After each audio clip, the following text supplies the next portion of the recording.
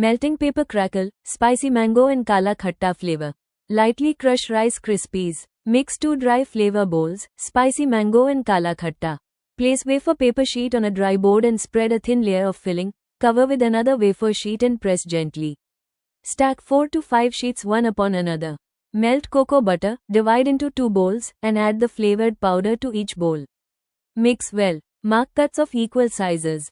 Seal the big sheet border using melted cocoa butter. Cut into squares. Brush cocoa butter on all cut edges and press to lock. Repeat this process for kala khatta flavor as well. Let it set and serve crisp. Which flavor would you try first? Spicy mango or kala khatta?